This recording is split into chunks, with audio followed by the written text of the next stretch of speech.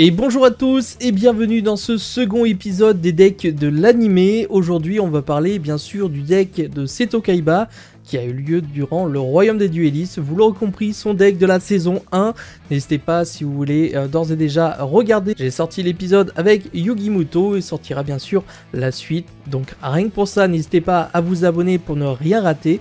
Likez cette vidéo si elle vous plaît et bien sûr me lâchez un petit commentaire pour parler de Seto Kaiba. Si vous aimez les dragons blancs et les techniques de Seto Kaiba, n'hésitez pas à bombarder. Aujourd'hui on se retrouve du coup avec Seto Kaiba qui a eu le score ici pour son deck de 3 étoiles sur 5. Ce n'est pas sa meilleure version. On est quand même sur un deck qui est éclatant et qui fait extrêmement peur en début d'animé. On est sur un budget qui avoisine les 30 €. Il n'y a rien d'excessivement cher, hormis si vous voulez bien sûr pimper ou avoir des cartes en rareté supérieure.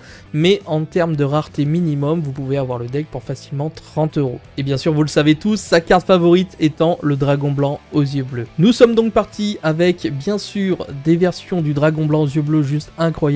Alors bien sûr, si vous voulez des versions assez anciennes de dragon blanc aux yeux bleus, on est hors budget puisque c'est des cartes qui coûtent extrêmement cher.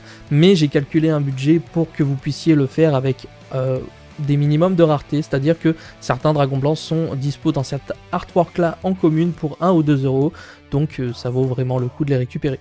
Du coup, nous avons bien sûr nos 3 dragons blancs aux yeux bleus, un en anglais, un en français de cette édition là que j'ai voulu garder, et la fameuse commune dont je vous parle, qui est très belle aussi, même si elle ne brille pas, mais qui ne vous coûtera vraiment pas du tout très cher et qui remplira bien ses fonctions dans le deck de Seto Kaiba. Nous avons par la suite Kaiser Insolent, une carte assez emblématique de Seto qui fait des ravages. On avait beaucoup de cartes mine de rien à 5, 6, 7 étoiles puisque dans le Royaume des Duellistes on pouvait les invoquer normalement sans sacrifice, c'était une vraie dinguerie. Nous avons le Cavalier Mystique, le génie de la lampe mystique, même si c'est à l'envers, bref vous l'aurez compris, le fameux juge, le juge qui est également une carte que beaucoup de personnes ont appréciée. Elle est accessible à 2 centimes en ultra rare dans la version LCKC, ça vaudrait le coup pour vous de la récupérer si vous souhaitez faire ce deck bien entendu. Le petit buff de combat, carte encore une fois emblématique. Comme c'est très emblématique et que Seto Kaiba dans la première saison on ne le voit pas énormément et qu'il ne joue pas énormément de cartes différentes, je me suis permis de doubler des cartes qui apparaissent un petit peu plus souvent pour faire un deck à 40 tout simplement. Donc le buff de combat a été un petit peu doublé, tel que Idotsu le géant. Nous avons la lampe ancienne, carte très sympathique, donc normalement la qualité vous permettra également de voir le petit numéro de carte si vous souhaitez tout simplement vous référencer et retrouver les cartes le plus simplement possible. Sinon généralement j'ai les cartes quasi tout le temps en française, donc vous pouvez les retrouver également assez facilement. Donc tout ça c'est des cartes qui sont accessibles assez tranquillement, encore une fois à l'aide du speed duel ou autre. Ryukishin le puissant, Seigneur des dés, c'est même des cartes que vous avez probablement tous dans des boîtes par-ci par-là. Le Spadassin Vengeur, le mur des illusions qu'on voit très brièvement.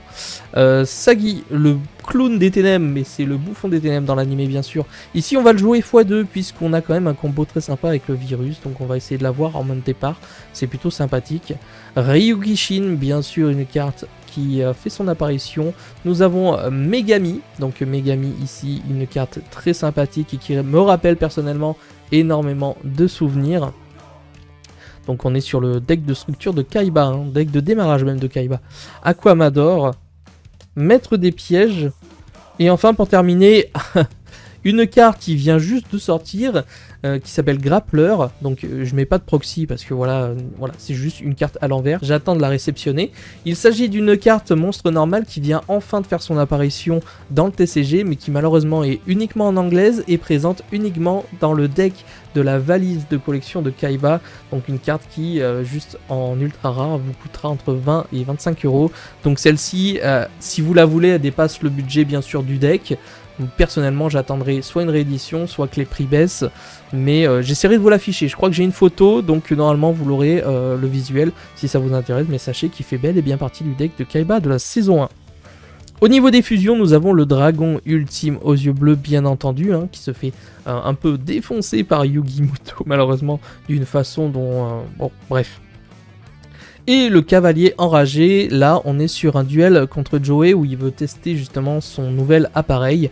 et il va faire une fusion avec justement le buff de combat et le cavalier mystique, donc le cavalier enragé qui est la seconde fusion pour ce deck. Maintenant au niveau des magies et des pièges, on va retrouver Sage de Fusion qui est ni plus ni moins une carte pour compléter encore une fois le deck de Kaiba et essayer d'avoir la polymérisation en main le plus vite possible, sinon il n'a pas réellement joué cette carte, mais vous l'aurez compris, étant donné qu'il n'y avait pas 40 cartes dans la première saison, on est obligé de combler avec des petits trucs vite fait. Tornade géante, la flûte d'invocation du dragon, le pot de cupidité, carte que quasiment tout le monde joue d'ailleurs, dans Duel Monster en général, Monster Reborn, contrôle hypnotique, nous avons le blocage d'attaque, 2 stop défense car on sait que Kaiba adore passer à l'offensif, du coup il veut pas que son adversaire se mette en position de défense, il attaque fort, il a des gros body, donc voici voilà.